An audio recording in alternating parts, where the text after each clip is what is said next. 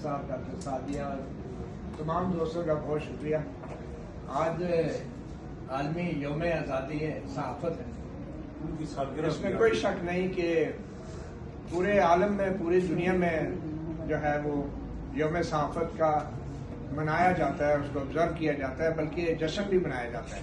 लेकिन मैं डॉक्टर सादिया से इत्तफाक करूँगा कि पाकिस्तान जैसे ममालिक के लिए ये नोहा है जो हम आज के दिन पढ़ रहे हैं। और ये नोहा इसीलिए है कि हमारे अपनी सफ़ों के अंदर सोच में तकसीम है, हमारी तंजीमों में तकसीम है।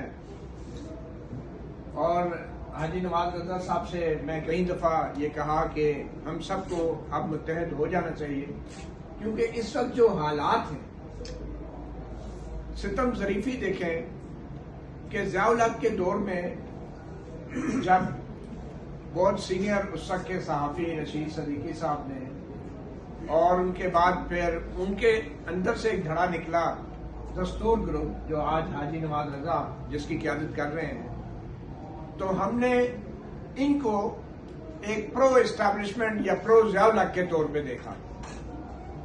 मगर आज सूरत हाल ये है कि लग ये रहा है कि हाजी नवाज रजा साहब जो है वो एंटी एस्टैब्लिशमेंट है, और जो PFUJ बन्ना के वारिस हैं वो सारे प्रो एस्टैब्लिशमेंट। आज यही तकसीम होगी। ये पूरा एक दायरा है जो मुकम्मल हुआ है, और इस तकसीम के जो किरदार हैं, उनकी सोच और नजरियात में जो एक वो क्या कहते हैं 180 डिग्री जो तब्दीली आई है, इसकी सबसे बड़ी वजह यह है कि माशाल्लाह में कोड़े खाने वाले थक चुके हैं, और शायद जो हमारे दस्तूर ग्रुप के PFUJ हैं वो अभी ताज़ा दम है। बड़ी गहरी बात, बड़ी गहरी बात करिए। वो ताज़ा दम है, लेकिन हमें इससे कोई गर्ज नहीं है। हमें इससे गर्ज है कि आज जो ताज़ा दम है वो दुरुस्त मुकाम पे खड़े हैं या नहीं, हमें ये देखना। और मेरे ख्याल में जो डेमोक्रेट ग्रुप है आज इस प्रेस क्लब के अंदर, मैं एक प्रेस क्लब की बात करता हूँ, चले ऊपर नहीं जाऊँ, जिसकी सरबराही नवाज रजा साहब कर रहे हैं, ये ताज़ा दम है और सही मुकाम पे खड़े हैं, सही सिमत में खड़े हैं। जबकि दूसरी तरफ अगर आप देखें तो यहाँ पे इस प्रेस क्लब के अंदर मार्का ज़िया-उल हक़ भी मनाया गया, इसमें कोई शक नहीं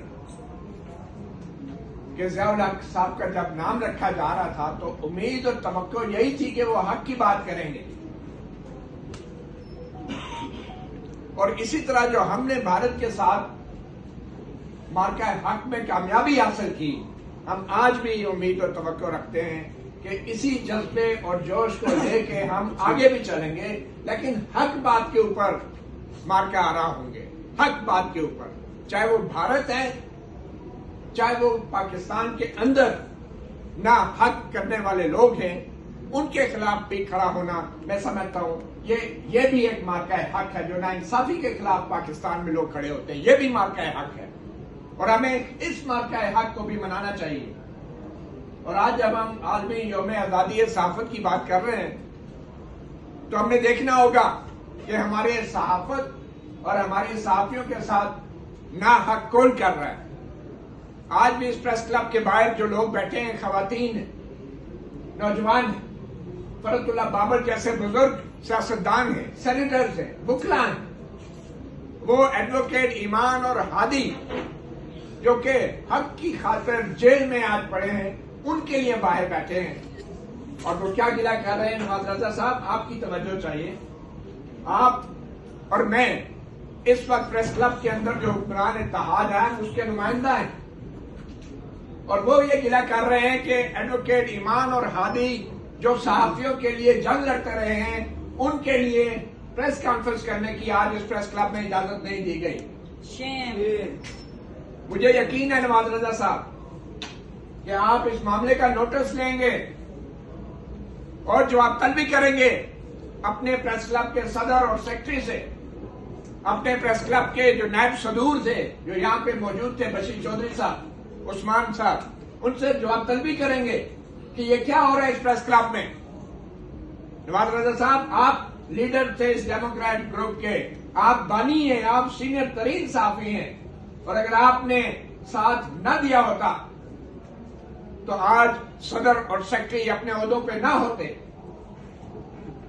हमने तो बड़े फख्र से 20 साल बाद एक तब्दीली लाई थी, और आज भी मुझे उम्मीद है कि नवाज रजा साहब आप मामलात को कंट्रोल में लेंगे, और जिस मकसद के लिए हम इकट्ठे हुए थे हम उस मकसद के लिए आज भी आपके साथ खड़े हैं। ये कोई यौम सहाफत की बात नहीं है। हर रोज पाकिस्तान में यौम सहाफत जैसी सूरत हाल होती है। हर रोज हमें हर रोज यौम सहाफत मनाना चाहिए, हर रोज नोहा पढ़ना चाहिए इसका। कभी प्रेस क्लब में प्रेस कॉन्फ्रेंस की इजाजत नहीं है, तो कभी प्रेस क्लब के अंदर गैर मुल्की मेहमान सहाफियों को दावत देने पर प्रेस क्लब की इंतजामी इजाजत के साथ उसको सोशल मीडिया के ऊपर एक इशू बनाया जाता है। जो तकरीब प्रेस क्लब के अंदर पाकिस्तान के सहाफियों, सहाफत, पाकिस्तान के मीडिया और पाकिस्तान के प्रेस क्लब की इज्जत के लिए मुनक्कद की जाती है, उस तकरीब को चंद साजिशी अनासर पाकिस्तान की बेइज्जती की वजह बना देते हैं। और हमें इन मामलात पे एक ठोस मौक़िफ़ अपनाना होगा। नवाज रजा साहब, जागो ग्रुप ने जो डेमोक्रेट ग्रुप का साथ दिया वो सिर्फ तब्दीली के लिए नहीं दिया, वो सिर्फ ओहदों पे शक्लों की तब्दीली के लिए नहीं दिया, एक नजरिए और सोच के लिए दिया था कि ये प्रेस क्लब पाकिस्तान के मजलूमों, बेबस, लाचार और गूंगे बहरे अवामों के लिए, सबके लिए खुला होगा। ये प्रेस क्लब है, कोई इस्लामाबाद क्लब नहीं है। हाजी साहब, हम सहाफी हैं, हम ब्यूरोक्रेट नहीं हैं। हमारा रोज एक रेडी वाले से भी राब्ता होता है, सदर ममलिकत से भी होता है, वजीर आजम से भी होता है, बाहर सीडीए के खासरों से भी होता है बतौर सहाफी। तो इस प्रेस क्लब को खुदा के लिए इस मजलूम अवाम के लिए खोलें, इसके दरवाजे खोलें। और अगर इस प्रेस क्लब के दरवाजे आम लोगों के लिए नहीं खुल सकते तो फिर हाजी साहब आए, हम इकट्ठे चलते हैं और फिर अपना मौके वाजे करते हैं और इनको बताते हैं कि इस मकसद के लिए हम लोगों ने इलेक्शन नहीं लड़ा था। ये ओहदे जो हैं ये चंद लोगों के मुफाद के लिए नहीं होते। ये ओहदे जो हैं ये आम गरीब आवाम के लिए हम इलेक्शन लड़ते हैं कि इस प्रेस क्लब को, ये प्रेस क्लब सब लोगों के लिए ओपन है। कोई खबर करे ना करे, कोई रिपोर्ट करे ना करे, मगर खुदा के लिए ये पाबंदी ना लगाई जाए कि इस प्रेस क्लब के अंदर कोई नहीं आ सकता और यहां तक कि बाहर भी कोई नहीं बैठ सकता।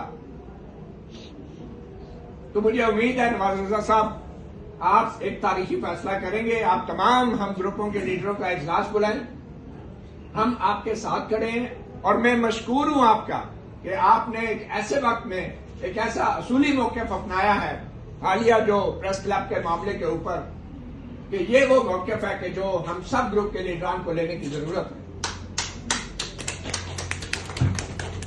आखिर में मैं यही कहूंगा कि हम सियासतदान नहीं हैं, हम कोई एंटी इस्टेब्लिशमेंट या प्रो इस्टेब्लिशमेंट नहीं है। हम जो खबर करते हैं, जो बात करते हैं, किसी को अच्छी लगती है, किसी को बुरी लगती है। और आपको ये भी नहीं भूलना चाहिए कि जब हम समझते हैं कि कोई एंटी इस्टेब्लिशमेंट है तो सियासी जमातों की तरह इस्टेब्लिशमेंट में भी कभी कभी दो दो इस्टेब्लिशमेंटें हो जाती हैं। वो क्या था, जनरल मुशर्रफ को जब निकाला जा रहा था तो वकला तहरीक के पीछे कौन सी इस्टेब्लिशमेंट थी? जनरल मुशर्रफ कौन सी इस्टेब्लिशमेंट थी? तो ये एंटी और प्रो इस्टेब्लिशमेंट कुछ नहीं होता। जो सहाफी भी आइन की बात करता है, पार्लियामेंट की बात करता है, जमहूरियत की बात करता है, उसको एंटी इस्टेब्लिशमेंट कह के उसका मजाक बनाया जाता है, उसकी बातों को गैर संजीदगी से लिया जाता है। कोई एंटी एस्टैब्लिशमेंट नहीं है इस मुल्क में। हम लोग प्रो पाकिस्तान है। हम लोग पार्लियामेंट के लिए बात करते हैं, आइन के लिए बात करते हैं, आजाद अदलिया के लिए बात करते हैं, आजाद मीडिया के लिए बात करते हैं। और अगर इस वजह से कोई हमें एंटी एस्टैब्लिशमेंट समझता है, अगर हम एंटी एस्टैब्लिशमेंट हैं, तो खुदा ना खास्ता आप क्या कहना चाह रहे हैं कि हमारी एस्टैब्लिशमेंट प्रो पाकिस्तान नहीं है? क्या हमारी एस्टैब्लिशमेंट जिसको हम कहते हैं, क्या उसने आइन की वफादारी का हल्फ नहीं उठाया? क्या हमारे जजों ने आइन की वफादारी का हल्फ नहीं उठाया? क्या हमारे सहाफी जो है सच और हक की बात करने का वादा नहीं करते? तो क्या इसमें एंटी एस्टैब्लिशमेंट कहां से आ गया? तो बराए करम हमें एस्टैब्लिशमेंट के ही दिए हुए अल्फाज को इस्तेमाल करके आइन के लिए बात करने वालों का मजाक नहीं उड़ाना चाहिए। हम प्रो पाकिस्तान हैं, हम एंटी एस्टैब्लिशमेंट नहीं हैं, और इस चीज को अब यहां पे खत्म हो जाना चाहिए। और मेरी उम्मीद है हाजी नवाज रजा साहब जैसे सीनियर तरीन सहाफी से कि वो प्रेस क्लब के अंदर तमाम सीनियर सहाफियों को इकट्ठा करेंगे। हम इनके साथ हैं और प्रेस क्लब के दरवाजे एक नहीं, चारों तरफ से प्रेस क्लब के दरवाजे खुले होने चाहिए। कोई भी शख्स, कोई भी गरीब आदमी जो अस्पताल में इलाज नहीं करा सकता, जो अदालतों में वकील नहीं कर सकता, अगर वो एक सहाफी तक अपनी आवाज भी नहीं पहुंचा सकता तो वो कहां जाएगा? अगर वो अपनी एक खबर नहीं लगवा सकता, उसके घर वाला लापता है, अगवा है, 10 साल से लोग लापता है, और हम प्रेस क्लब के दरवाजे उन लोगों पे बंद कर दें, तो किस मुंह से हम आजादी सहाफत की बात करते हैं? तो मैं ये अपील करूंगा कि बराए करम बतौर सहाफी पहले हमें अपनी मंजी तले डांग फेरनी चाहिए, अपने हाउस इन ऑर्डर करना चाहिए, अपने प्रेस क्लब को जो है उसके कुछ ज़ाब्ते बनाए, कोई असूल बनाए, और वो असूल और ज़ाब्ते वाज़े हैं, वो असूल और ज़ाब्ते वाज़े हैं कि ये प्रेस क्लब, इसका मकसद ही ये है कि यहाँ पे लोग आके बात कर सकें, क्योंकि यहाँ पे सारे सहाफी इकट्ठे होते हैं। यहाँ पे कोई शराब खाना नहीं है, या कोई अयाशी का अड्डा नहीं है, या कोई प्रॉपर्टी डीलरों के लिए दफ्तर नहीं है। ये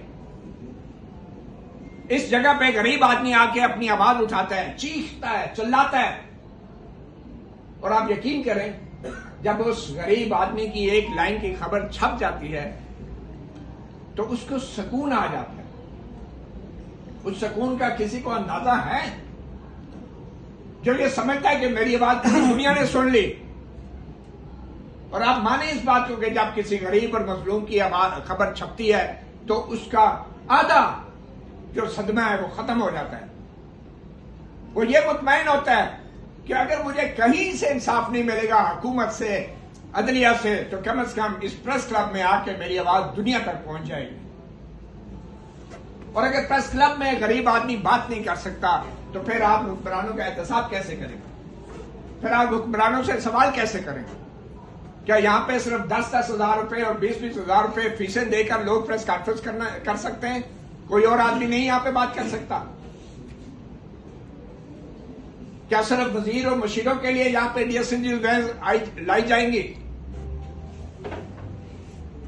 कितने शर्म का मुकाम है कि इस प्रेस क्लब में लापता अफराद के लवाकिन हो, या ब्लास्फेमी गेम के शिकार लोग हों, या आम रेडीबान हों, उनको यहाँ प्रेस कॉन्फ्रेंस करने के लिए जो रोज की रेडी लगाते हैं और 500 रुपया दिहाड़ी कमाते हैं, 1000 रुपया, वो आपको पैसे इकट्ठे करके 10,000 रुपए फीस देकर प्रेस कॉन्फ्रेंस करें? तो मेरा ये ख्याल है कि नवाज रजा साहब, मेरी आपसे अपील है कि आज के दिन हमें अपना एक डेमोक्रेट ग्रुप को अपना एक ज़ाब्ता अखलाक का ऐलान करना चाहिए, अपने लाहे अमल का ऐलान करना चाहिए, अपनी पॉलिसी देनी चाहिए। और हमारे जो सदर हैं, सेक्रेटरी हैं, वाइस प्रेसिडेंट हैं, हमें बहुत एहतराम है उनका, मगर हमें as a group, as a सियासी जमात कह लें, प्रेस क्लब के अंदर जो होती है उसको अपनी पॉलिसी दें। और बाकी फिर हम मुतालबा करें अपने मुंतखब नुमाइंदों से कि इस पॉलिसी पे अमल करें। अगर वो नहीं करते तो फिर हम अपनी बात करेंगे, असूल की बात करेंगे। हम सियासत नहीं करेंगे। हम ओहदों के लिए, नवाज रजा साहब, ना तो आपने सियासत की है और ना मैंने सियासत की है। हमें ओहदे नहीं चाहिए। हमें तो हमने वो वादे पूरे करने हैं। और जिसमें सबसे बड़ा वादा जो है, मैं मशकूर हूं आपका, आपने सपोर्ट किया बायोमेट्रिक वोटिंग का और लिस्टों का। और जब ये बायोमेट्रिक वोटिंग होगी और लिस्टें बनेंगी तो फिर यहाँ पे जो सरकारी मुलाजम हैं वो वोट नहीं डाल सकेंगे, जो इस दुनिया में नहीं है वो वोट नहीं डाल सकेंगे। यहाँ पे 10-10 बंदे वोट नहीं डाल सकेंगे। वो लोग वोट नहीं डाल सकेंगे जिनका नाम तो है लेकिन उनकी बल्दियत मुख्तलिफ है। ऐसे लोग हैं और 400-500 लोग हैं जो इस बायोमेट्रिक निजाम अगर सामने आ गया तो वो एकदम से निकल जाएंगे। और यही वो चीज है जिससे खौफजदा होके अफजल भट्ट का ग्रुप जो है, जर्नलिस्ट पैनल जो है, वो इसको नाकाम बनाने के लिए अब ये हथकंडे इस्तेमाल कर रहा है। तो मैंने जाती तौर पे कुछ नहीं किया था इस इलेक्शन में। जिस तरीके से मुझे निशाना बनाया जा रहा है, ये आप लोगों की एफर्ट थी नवाज रजा साहब। मेरी गिनती से कुछ नहीं होता, लेकिन अफजल भट्ट पहले दिन से वो ये साबित करने की कोशिश कर रहा है कि पता नहीं क्या कर दिया है, एक बंदे को टारगेट कर रहा है। और मैंने पहले दिन उसको बोला था कि ये मुंतखब नुमाइंदे हैं, हमारा इनसे कोई ताल्लुक नहीं है, फैसले इन्होंने करने हैं, अगर आपको याद हो। तो प्लीज बायोमेट्रिक के हवाले से, प्रेस क्लब में रसाई के हवाले से, आजादी राय के हवाले से हमें एक ठोस मौक़िफ़ अपनाना है। और अगर वो ठोस मौक़िफ़ अपनाएंगे तो चाहे हमारा ग्रुप जीते या हारे, लेकिन आप यकीन करें नवाज रजा साहब, तारीख में आप एक कामयाब सहाफी और कामयाब सहाफी लीडर के तौर पे याद रखे जाएंगे। बहुत शुक्रिया।